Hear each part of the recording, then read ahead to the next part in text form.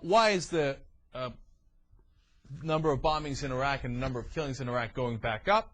Well, I think it's what we told you 2 weeks ago. I think it's that deal that Bush and Maliki signed, where Bush said, all right, we'll protect the Maliki government no matter what against foreign and domestic enemies. Foreign enemies.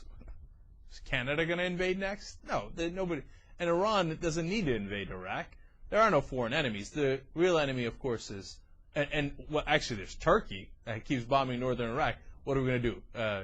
Join Maliki in invading Turkey? No, of course we're not going to do that. No, what that is we'll protect you against all of your domestic enemies, whether it's the other Shiite militias, whether it's the other Shiite political parties, whether this is the Sunnis, the Kurds, whatever it is, we're going to protect you. Now, what did Bush get in return? What he's always wanted, permanent bases, and preferential treatment for American companies. That's basically the ExxonMobil clause, right? So when that happened, we told you on the show, this is bad news, because it tells all the Shiites and Sunnis in Iraq two terrible messages. One, you're not going to win. Maliki's going to win. And so if you had any hope of taking over Iraq, the United States government and the United States military has just become your enemy, because we just signed a deal ensuring that Maliki will stay in charge of Iraq. And the second reason why it's bad news is, stovetop, we're staying.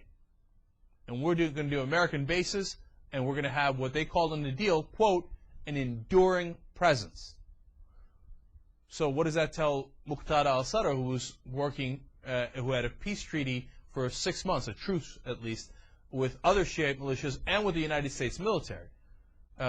Sadr hates the American presence, but he thought, well, you know what, I'll do a peace deal, I'll, rejuvenate my forces a little bit, I'll gather up my strength, I'll weed out some of the more radical factions of my Mahdi army, I'll regain control over it. Then meanwhile, as we told you before, there's a funny story, actually Michael Hirsch of Newsweek, I think, covered it, where he was studying to be a higher level Ayatollah, so that he could have more religious authority. So he's going to come on and do a surge of his own after this is over. But the other reason that he was doing this is because he thought, well, the Americans are leaving. So why should I waste my army fighting against the Americans when they're going to go?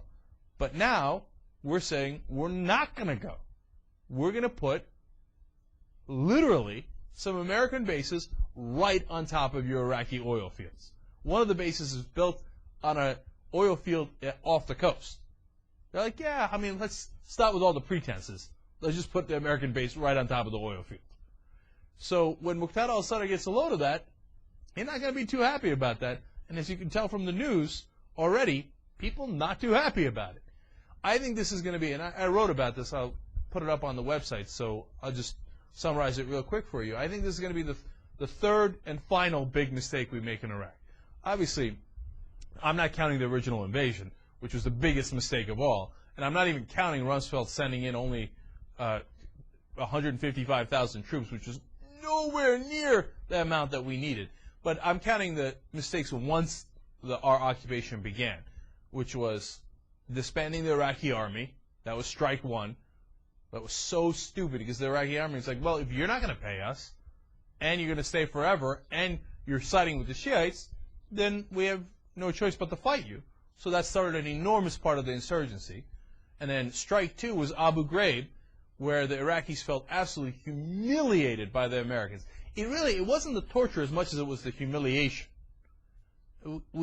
Sticking the things up their butts and stripping them naked and putting the bags over their heads and putting their boots on their back and on their faces.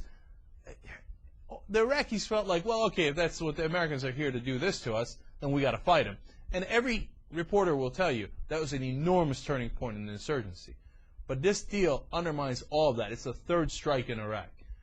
Now it gives every incentive for all the other factions in Iraq to fight us, and gives no disincentive for them from doing so. So I said it 2 weeks ago. I'll say it again today. My sense of it is that you will see more and more bombings, more and more violence in Iraq, and the insurgency will pick back up. And we had a slight opportunity here.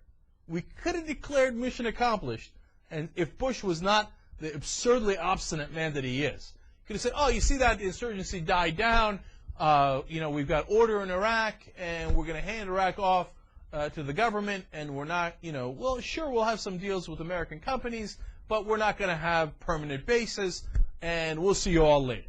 We could have left with a little bit of dignity from Iraq. Not a lot, but a little bit. But now that's all flushed down the toilet.